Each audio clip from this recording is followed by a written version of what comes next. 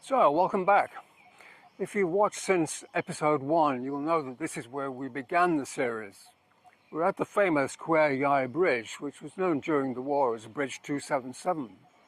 So far in the series, we've learned why this bridge is famous, partly because of the movie, but mostly because of the number of people who died building it.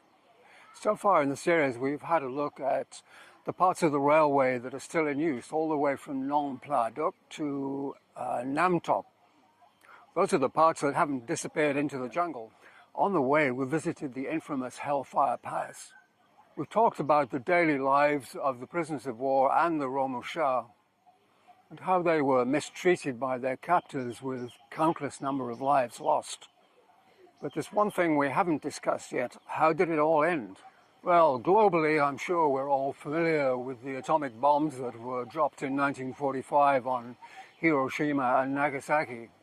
These led to the surrender of the Japanese army on August 15th. Meanwhile, here in Thailand, the situation was deteriorating rapidly. The supply chain for the Japanese army was falling apart. Many of the Japanese were leaving the camps, and the POWs could sense that something was about to happen. Both the British and the Americans were working on something called guided bombs, because up to this point, bombing had been somewhat haphazard. This photo shows Nong Pladuk Junction, where there was a camp, and you can see the bombs hitting the ground. But what is not obvious is that some of the bombs are actually dropping in the camp, and many lives were lost. Initially, the plan was to put a television camera inside the bomb, so that someone sitting inside the aircraft could look at a small TV screen to guide the bomb to its target. And that actually worked remarkably well, except for one thing. In those days, in the 1940s, TV cameras were the size of large suitcases, which meant when you put the TV camera in the bomb, there was no room for explosives. But the concept worked well, so they changed design to make a larger bomb, which would carry more explosive. And they put flares on the back rather than the TV camera. They had flares coming out of the back of the bomb so that the bombardier could lie in the belly of the aircraft and look down onto the bomb to guide it to its location. Very similar to the way military drones are flown today, someone looking into a small screen. Actually, this worked so well that 23 bridges were destroyed in 3 months.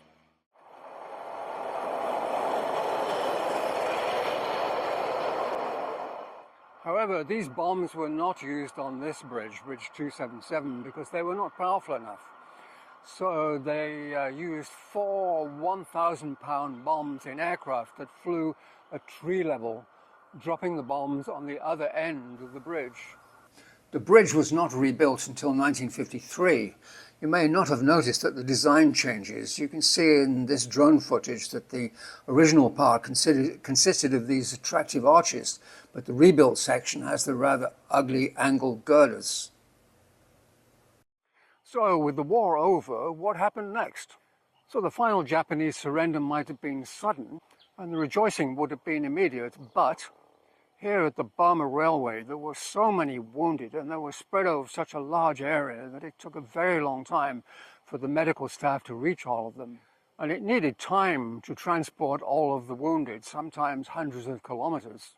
And eventually they were taken to special hospital ships, plus local hospital wards. And the condition of the prisoners of war must have been a huge shock to the medical personnel. More than 120 legs were amputated at one camp alone. As for the Romusha, many of whom came from Malaya and Singapore and were in fact British subjects, but they were just abandoned in the jungle. As a result, most of them didn't last more than a few years. And I have to say, the prisoners of war didn't fare much better. Several years after the war, they were awarded the huge sum of £48.50. It was not until after the year 2000, after a lot of lobbying and petitioning to the UK government, that the prisoners of war were finally awarded an extra £10,000. But that was 55 years after the war, by which point most of them were dead. Now, in Burma, the Japanese were forced to help dismantle the railway. But here in Thailand, they had to help complete it so that eventually it could be sold by the British to the Thai government for £1.25 million, at which point the prisoners of war received an extra £3. As for the Japanese, well, there was a War Crimes Commission. 28 high-ranking Japanese military and political leaders were tried by the court. 7 were sentenced to death, and 16 were sentenced to life imprisonment, but after a few years that was commuted. 42 awaited a second trial that never happened. So to summarize, as we've seen, some of the line still exists and is operational. Some parts, like Hellfire Pass, have been turned into a living memorial, but most of it has just disappeared into the jungle, never to be seen again. Bridge 277 has become a major tourist attraction, no doubt bringing some economic benefit to the region. But for most visitors, the reason for the bridge has been lost in the mist of time. Personally, looking at the well-preserved places like Hellfire Pass, it's almost impossible to feel the pain of the prisoners of war. And the thought that stays with me is, if the prisoners and the indentured labourers had been properly fed and properly housed and properly treated, would they have built the railway faster? I guess we'll never know.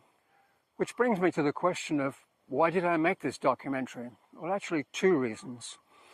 First, in the hope that the hordes of Instagrammers and TikTokers will learn a little bit more about the reason for the bridge. But mostly because I can remember the years immediately after the war where several family friends I know had been imprisoned in Changi in Singapore and had been brought here to work on the railway.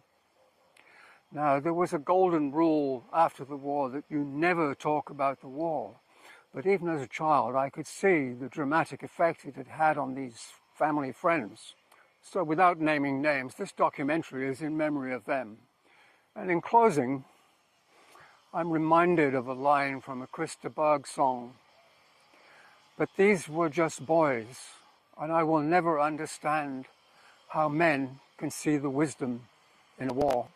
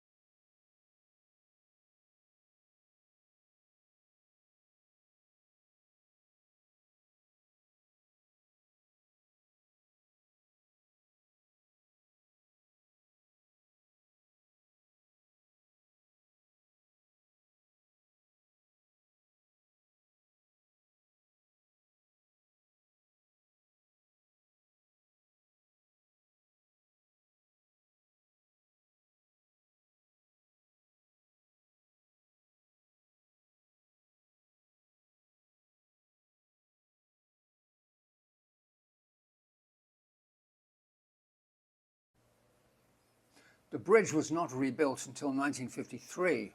You may not have noticed that the design changes. You can see in this drone footage that the original part consisted of these attractive arches, but the rebuilt section has the rather ugly angled girders.